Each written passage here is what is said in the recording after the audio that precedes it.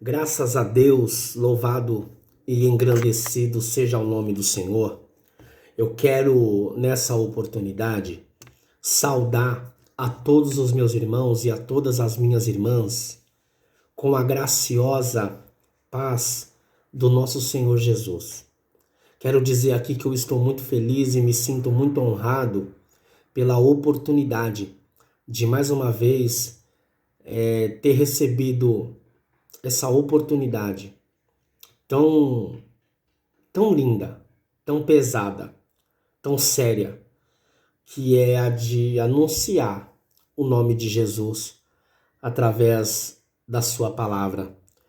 E eu espero do fundo do meu coração que você esteja apto, que o seu coração nesse momento se encontre preparado para receber essa semente. E que essa semente, se for recebida de uma maneira responsável, é fato que ela vai dar os seus frutos. É uma mensagem muito conhecida, um texto muito conhecido, mas eu tenho certeza que Deus ele vai falar de uma forma diferente para a sua vida. Para tanto, eu preciso que você abra comigo a sua Bíblia. Não é pelo fato de ser live que o crente tem que estar sem a Bíblia, viu, irmão? É live, mas a Bíblia tem que estar com o crente. Essa é a nossa espada, essa é a nossa regra de fé. Essa é a nossa bússola, tá bom? Então abra comigo no Evangelho de João, no capítulo de número 2. É um texto bem conhecido, mas é um texto bem interessante para a gente aprender algumas lições. E eu quero dividir com vocês aquilo que o Espírito Santo ministrou ao meu coração. Evangelho de João, capítulo de número 2. Diz assim a santa palavra de Deus. Olha que interessante. 3 dias depois houve um casamento em Caná da Galileia. E a mãe de Jesus estava ali. Jesus também foi convidado com os seus discípulos para o casamento. Tendo acabado o vinho, a mãe de Jesus lhe disse: "Eles não têm mais vinho." E Jesus respondeu: "Por que a senhora está me dizendo isso? Ainda não é chegada a minha hora." Então ela falou assim para os serventes: "Façam tudo quanto ele vos disser." Estavam ali 6 potes de pedra que os judeus usavam para as purificações, e em cada um cabiam cerca de 100 litros. E Jesus lhes disse: "Encham de água esses potes." E eles os encheram totalmente. Então lhes disse: "Agora tirem um pouco e levem ao mestre-sala, o responsável da festa." E eles o fizeram. Quando o mestre-sala provou a água transformada em vinho, ele não sabia de onde tinha vindo, por mais que os serventes que haviam tirado a água soubessem. Chamou o noivo e lhe disse: "Todos costumam servir primeiro o bom, e quando já beberam muito, servem o vinho inferior. Você, porém, guardou o melhor até agora." Assim, em Caná da Galileia, Jesus deu início aos seus sinais. Ele manifestou a sua glória e os seus discípulos creram nele. Louvado seja Deus. Essa é a palavra de Deus. Irmãos, o interessante desse texto e o que mais me chama a atenção é que ele vai trabalhar em 2 paralelos. O primeiro, ainda não era chegada a hora. Interessante que essa hora ainda não era chegada, porém Jesus já tinha discípulo. E um homem judeu, nos tempos de Jesus, só poderia ter discípulo se fosse considerado mestre. Só que ainda não é chegada a hora. A Bíblia vai dizer no capítulo de número 1 do Evangelho de João que Jesus já anda selecionando e montando o seu colégio apostólico. A Bíblia vai dizer que Jesus já separa João, já separa Pedro, já separa Felipe, e esse já vai anunciar a Natanael. E há um reconhecimento. Que reconhecimento é esse? De que Jesus era o Filho de Deus. Tanto é que quando Felipe sai em busca de Natanael, no capítulo de número 1, a partir do versículo 43, a Bíblia vai dizer que Felipe chega dizendo assim: achamos aquele de quem Moisés falava. Moisés falava do Salvador.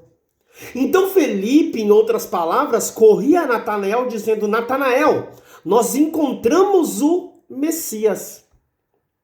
Aqui a gente já vai perceber o principal movimento ou o principal poder de argumentação do Evangelho de João.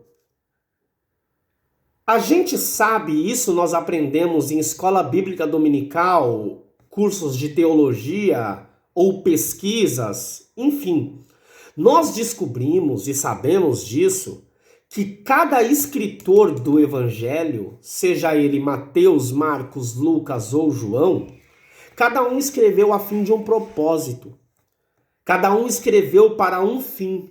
Cada um escreveu para um povo. Cada um escreveu para um objetivo. Cada um tinha um objetivo a ser alcançado através da escrita do Evangelho. O de João é um evangelho que ele vem para revelar um Deus todo-poderoso, um Jesus, filho do Deus vivo. O principal objetivo da escritura de João, ou da maneira que o Espírito Santo usa João para escrever, é para que aqueles que lê entendam que Jesus é o Filho de Deus, que Jesus é o Messias, que Jesus é o Cristo. Logo então, uma pessoa que entende Jesus ser o Cristo, o primeiro mecanismo que ela tem, isso é natural, é o de confessar. Quando eu entendo que existe algo maior do que eu, logo eu me rendo a isso. É isso que o Evangelho de João faz com a nossa alma. Quando nós lemos o Evangelho de João, nós entendemos e percebemos a divindade de Jesus. Tanto é que esse livro termina com João dizendo assim: não seria possível escrever tudo que Jesus falou e fez. Ou seja, ele vai terminar o livro dizendo que o poder de Jesus é imensurável, é incontável, que a obra de Jesus é infinita. É uma graça ilimitada e abundante. Porém, no capítulo 2, vai dizer que ainda não é chegada a hora. Porém, a graça no capítulo 2 também é uma graça abundante e ilimitada. Por quê? Porque o mestre Sala disse: todos põem o bom no começo e servem o ruim no final. Porque é isso que o mundo tem para oferecer. O mundo começa bem. Aquilo que vem de fora começa bem. Aquilo que as pessoas oferecem começa bem. Aquele relacionamento sem direção de Deus começa bem. Um trabalho sem direção de Deus começa bem. As finanças sem direção de Deus começa bem. Uma vida sem a direção de Deus pode até começar bem. Uma amizade sem a direção de Deus pode até começar bem. Porém, depois do começo vem algo chamado tempo, caminhada, distância, percurso. E é nesse momento em que tudo aquilo que não é verdadeiro revela a sua falsidade. Eu vou dizer de novo. Tudo aquilo que é falso tende a começar bem, mas não tem força para permanecer. Porém, João termina o seu evangelho dizendo que tudo o que Jesus fez, falou e operou seria impossível alguém relatar, porque são muitas coisas, ou seja, é uma bênção infinita, ilimitada e abundante. Ou seja, o ser humano comum não é capaz de escrever, de relatar todos os bens que Jesus fez. Por quê? Porque a graça dele é abundante e ilimitada. O texto aqui vai dizer, o texto aqui vai revelar que mesmo ainda não tendo chegado a hora, ele já tinha os seus discípulos e esses já o tinham revelado como sendo o Senhor.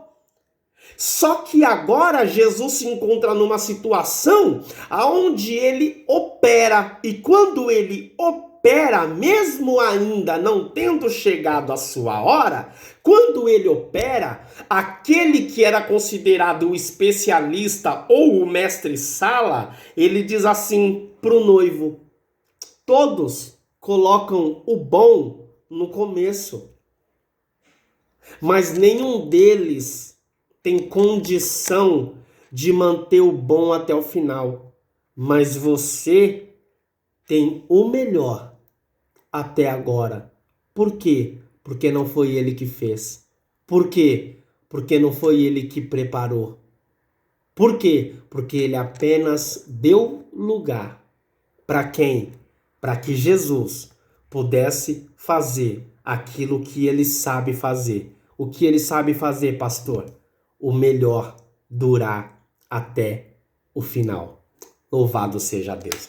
Eu vou dizer de novo. Aquilo que o homem começa a fazer, se Jesus não estiver com ele, vai cair e vai declinar no meio do caminho.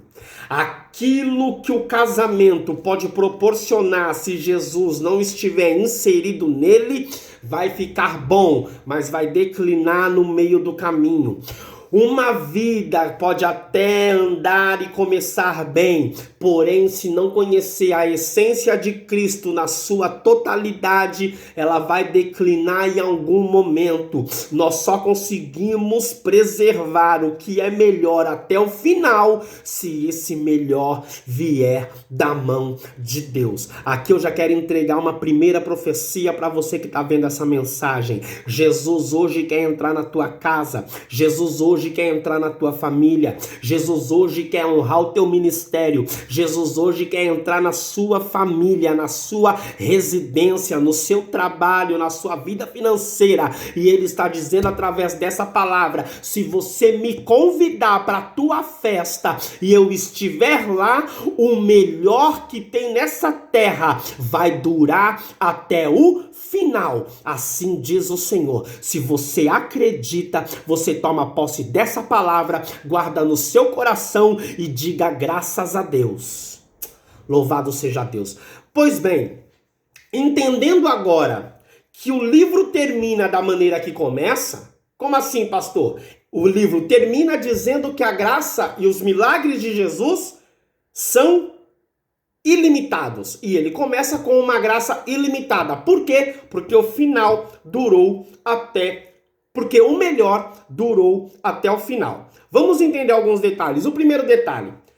O texto já vai começar que havia em Caná da Galileia, uma cidade pequena, uma festa. Festa essa de casamento. E essa festa de casamento, ela está sendo anunciada. Ela tem convidados. A sociedade daquela região estava presente. Por quê? Porque a cerimônia de casamento é uma cerimônia muito festejada nos tempos de Jesus. Era uma cerimônia que ela teria que durar no mínimo 7 dias. Ou seja, para casar naquele tempo, você tinha que fazer uma série de análises. Quais análises eram essas? A primeira, a questão financeira, para bancar uma festa por 7 dias. Então, por 7 dias era natural que o melhor fosse no começo. Por quê? Porque no começo tá todo mundo ainda chegando. Tá todo mundo ainda com fome, tá todo mundo ainda com sede. Uma festa que dura 7 dias, é natural que na metade pro final da festa, a sua sede já não é tanta, a sua fome já não é tanta. Por quê? Porque você já foi saciado. Então era natural que a qualidade daquilo caía. Da metade pro final. Só que o detalhe interessante dessa festa é que o noivo e a noiva, na sua lista de convidados, eles convidam Maria, eles convidam Jesus e eles convidam os discípulos de Jesus, que estavam andando com Jesus a partir do capítulo 1. Ou seja, temos aqui os 12 discípulos, Jesus e Maria, 14 convidados que poderiam fazer a diferença. 14 convidados para aquela festa que tinham um lugar de destaque. Por quê? Porque Jesus, o texto vai dizer que ele foi convidado e os seus discípulos. Eles não foram convidados por nome, eles foram convidados por causa de Jesus. Então Jesus, pelos noivos, também era conhecido e reconhecido como mestre. Olha que interessante. É muito natural que o ser humano lembre de Jesus e convide Jesus no dia do enterro. É natural que o ser humano lembre de Jesus e convide Jesus no dia do Covid. É natural que o ser humano lembre de Jesus e convide Jesus quando a miséria chega, quando o desemprego bate na porta, quando a comida começa a faltar no armário, quando a saúde do filho já não é mais a mesma, quando a enfermidade atinge o pai, atinge a mãe, atinge a esposa, atinge o marido. Ou seja, é natural que o ser humano lembre de Jesus quando ele precisa. É difícil encontrar pessoas que lembrem de Jesus nos seus momentos de alegria. Vou festejar, mas vou convidar Jesus. Vou casar, mas vou convidar Jesus. Essa palavra está nos dizendo que Jesus quer fazer parte dos seus bons momentos também, igreja. Jesus não quer só participar do tempo de luta. Jesus também quer participar do seu tempo de festa, do seu tempo de sorriso. Pastor, mas quando é que esse tempo vai chegar? Eu não sei, mas quando ele chegar, não retire Jesus da sua vida. Olha que interessante, quando a festa está rolando e Jesus está lá com os seus discípulos e com Maria, chega uma informação. Eu tenho certeza que você que está assistindo essa mensagem, você já frequentou uma festa. Você talvez já foi em algum buffet, você já foi convidado de um churrasco na casa de alguém, você já foi convidado para participar de uma confraternização. E eu quero aqui que você entenda uma coisa e pense comigo no seguinte. Quando nós somos convidados a uma festa e simplesmente nós somos convidados, nós não sabemos o que está acontecendo no bastidor da festa. Talvez os bastidores da festa, a Coca-Cola acabou e o que sobrou foi só aquele refrigerante barato. O que eles fazem? Eles abrem o refrigerante lá dentro da cozinha e eles mandam o refrigerante já no copo, servindo na bandeja. Você já não sabe mais se é Coca ou se é refrigerante barato. Aonde eu tô querendo dizer? Onde eu tô querendo chegar? Eu tô querendo chegar no seguinte. Nós que estamos numa festa, se não tivermos intimidade com os donos da festa, nós não sabemos o que está acontecendo naquele lugar. Às vezes, algum ingrediente da salada estragou. Às vezes, a carne do churrasco queimou. Às vezes, acabou o sal. Às vezes, a geladeira já não está gelando tanto. E a gente não fica sabendo, a gente só vê o resultado. Ou a demora que começa a chegar as coisas, ou as coisas chegam sem sal, ou chegam queimada, ou chegam sem gelo. Mas a gente não está sabendo o que está acontecendo. Por quê? Porque a gente não tem intimidade o suficiente para saber do dono da festa que se planejou. O dono da festa, houve um planejamento. A festa não acontece por um acidente. Uma festa é planejada, uma festa é estudada e de repente algo começou a dar errado. É natural que o anfitrião, que o dono da festa, não vai preocupar os seus convidados com as coisas ruins que estão acontecendo. É difícil você ver algum dono de festa parando o som, subindo na mesa e dizendo: irmãos, olha, eu tô com um problema aqui, acabou o sal. natural. Olha, irmãos, eu tô com um problema aqui, a carne queimou. Irmãos, eu tô com um problema aqui, a geladeira pifou, não tem mais como gelar. Não, eles dão um jeito entre eles para que não cause preocupação ou vergonha em seus convidados. É natural que você quer tratar os seus convidados de uma maneira especial, então você não quer logo levar para eles preocupação. Só que o texto aqui vai dizer algo ao contrário, que tem que ser estudado, que tem que ser pensado sobre isso. Logo, quando acontece do vinho daquela festa acabar, a gente logo lê no texto que Maria ficou sabendo. Ou seja, os donos da festa tinham intimidade com Maria e com Jesus. Ei, irmão, deixa eu te falar algo. Talvez você planejou algo durante um tempo, durante anos na sua vida, e aconteceram situações que querem colocar tudo por água abaixo. Talvez você teve um planejamento na sua empresa, talvez você teve um planejamento na sua casa, talvez você teve um planejamento no seu estudo, na sua faculdade, na profissão que você decidiu seguir. Talvez você planejou, mas algo no meio do percurso saiu do caminho, saiu dos trilhos.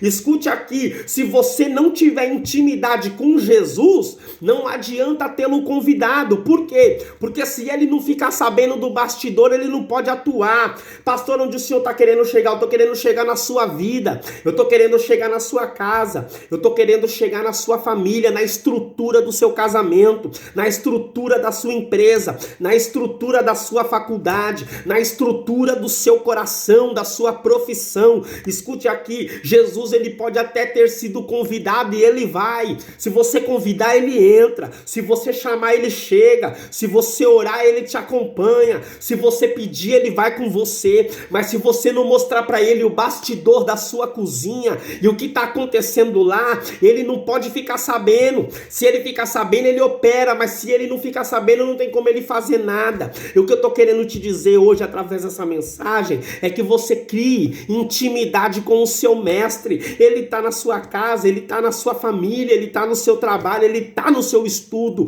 Agora conte para ele o que está acontecendo nos seus bastidores. A Bíblia diz: ore a ele em secreto, e em secreto ele te recompensará. Escute aqui, é noite de acabar com distanciamento, é noite de acabar com frieza espiritual. Jesus está dizendo através dessa palavra: eu quero fazer parte da sua festa, eu quero fazer parte da sua vida. Revele o que está acontecendo na sua cozinha, porque Jesus quer consertar e quer colocar as coisas no lugar.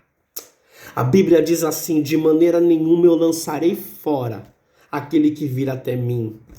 Meu irmão, ele está aí, mas você tem que ir até ele.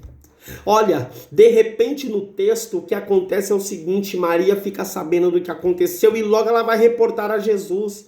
E ela diz assim: Jesus, acabou o vinho. Eles estão sem vinho. Ou seja, o vinho que traz a alegria, o vinho que simboliza o brinde do casamento, o vinho que significa a euforia, a alegria, o prazer.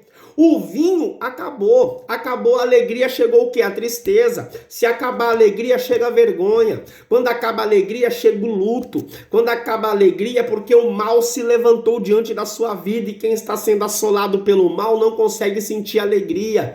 A Maria disse assim para Jesus: escuta aqui, Jesus, tá acabando a alegria dos noivos, tá acabando a alegria. Olha que interessante, o texto vai dizer que ali principiou, que ali ele deu início. Ali aonde? Numa casa. Ali aonde? Numa família. A festa era o que? Era de casamento. Esse casamento estava sendo comemorado aonde? Numa casa. Olha que interessante. Jesus é mestre. Jesus é filho de Deus. Jesus é o Senhor. Jesus é o Rei dos Reis. Jesus poderia ter escolhido iniciar o seu ministério na sinagoga. Jesus poderia ter escolhido iniciar o seu ministério no templo. Jesus poderia ter escolhido iniciar o seu ministério nas margens do Jordão, em cima da montanha, em muitos lugares. Mas aonde Jesus, o Senhor, o Cristo, decidiu iniciar? Dentro de uma casa, no meio de uma família. E olha que interessante, Deus, o Pai, se apresenta para o povo de Israel abrindo o Mar Vermelho. Eliseu inicia o seu ministério abrindo o Rio Jordão. A Bíblia vai dizer que Josué tem o início do seu ministério paralisando as águas do Jordão. E o que Jesus vai fazer? Jesus não vai abrir o mar. Jesus não vai paralisar as águas. Jesus não vai cortar o Rio Jordão, não.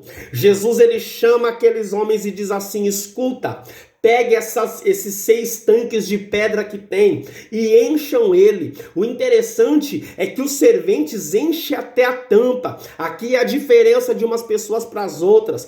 Jesus está mandando encher faz tempo, mas tem pessoa que enche só até a metade e acha que até a metade tá bom. Tem gente que enche só um pouquinho e acha que um pouquinho tá bom. Não, os serventes encheram até a tampa. Quando eles encheram até a tampa, Jesus, ele não atua de uma maneira miraculosa para chamar atenção. Os homens enchem a talha até a tampa e Jesus diz assim: escuta, pega agora tudo isso aqui e leva para o mestre-sala. Os homens pegam aqueles tanques e levam para o mestre-sala. E o mestre-sala prova o vinho? Não. O texto diz que ele prova a água feita em vinho. Olha que interessante, irmão. É que não tem tempo, mas eu queria entrar nesse mistério, mas a gente não tem tempo. E quando ele prova, ele vê que aquele vinho é o melhor. Só que o texto diz que ele não sabia de onde veio, mas os serventes sabiam. Escuta aqui. Jesus, ele vai operar graça na sua vida. Você vai encher o tanque e Jesus vai transformar. Jesus não vai abrir, Jesus não vai cortar, Jesus vai trabalhar com transformação. Jesus está dizendo assim: eu vou iniciar os meus sinais dentro da sua casa. Não é abrindo o mar, não é cortando o Jordão, não é paralisando as águas. Eu vou simplesmente transformar. Transformar o quê? A água que era da purificação. Olha o detalhe. Esses tanques eram cheios para um ritual. Que ritual é esse? O ritual é purificar os judeus. Eles vinham por um percurso para poder entrar na festa. Cada um veio da sua casa. Quando chegavam, antes de entrar na festa, eles tinham que lavar mão e pé para se purificar. Ou seja, a água que estava contida naquele tanque estava suja. Jesus está dizendo assim: a água está suja. E em água suja não existe transformação. Primeiro tem que se esvaziar. Não pode se colocar vinho novo em odre velho, nem colocar remendo novo em pano velho, porque o pano vai rasgar, porque o odre vai estourar. Para vinho novo, odre novo. Para remendo novo, pano novo. Jesus está dizendo assim: para uma nova fase na sua vida, troque essa água suja que está te inundando faz tempo. Esses pensamentos de derrota, esses pensamentos de tristeza, essa depressão que tem te atingido, lança isso por terra, joga essa água fora, encha a sua talha. Eu encho como pastor orando, eu encho como pastor louvando, eu encho como pastor lendo Bíblia. Vai enchendo a sua talha e quando ela estiver na tampa, Jesus vai entrar com transformação e aquela água suja vai ser retirada. E uma nova água feita em vinho vai invadir a sua alma. Você se alegrará e Deus escreverá uma nova etapa na sua vida. O que eu quero te dizer com essa mensagem, Igreja de Cristo, amado e amada do Senhor, meus amigos, o que eu quero dizer para vocês é que Jesus iniciou o seu ministério em uma casa. Jesus iniciou os seus sinais em uma família. Entrando com qual milagre? Com o milagre da transformação. Mas para que isso fosse possível, teve que ter obediência. Façam tudo quanto ele vos disser. Quem manda é Jesus. Ouve, persistência e ousadia. Por quê? Porque os servos encheram a talha até a boca. Encheram os tanques até a boca. E depois, quando o responsável por provar o vinho provou, ele não foi para Jesus, ele foi para o noivo, ele foi para aquele homem, dizendo: parabéns, o melhor está até agora. O que eu estou querendo dizer é: obedeça ao Senhor, troque a sua água, encha o seu tanque de água limpa. Jesus vai transformar e o mundo vai provar do que Jesus fez na sua vida. E a palavra de Deus vai se cumprir na sua história. Amém? Que Deus te abençoe. Um grande abraço. Fique com Deus em nome de Jesus.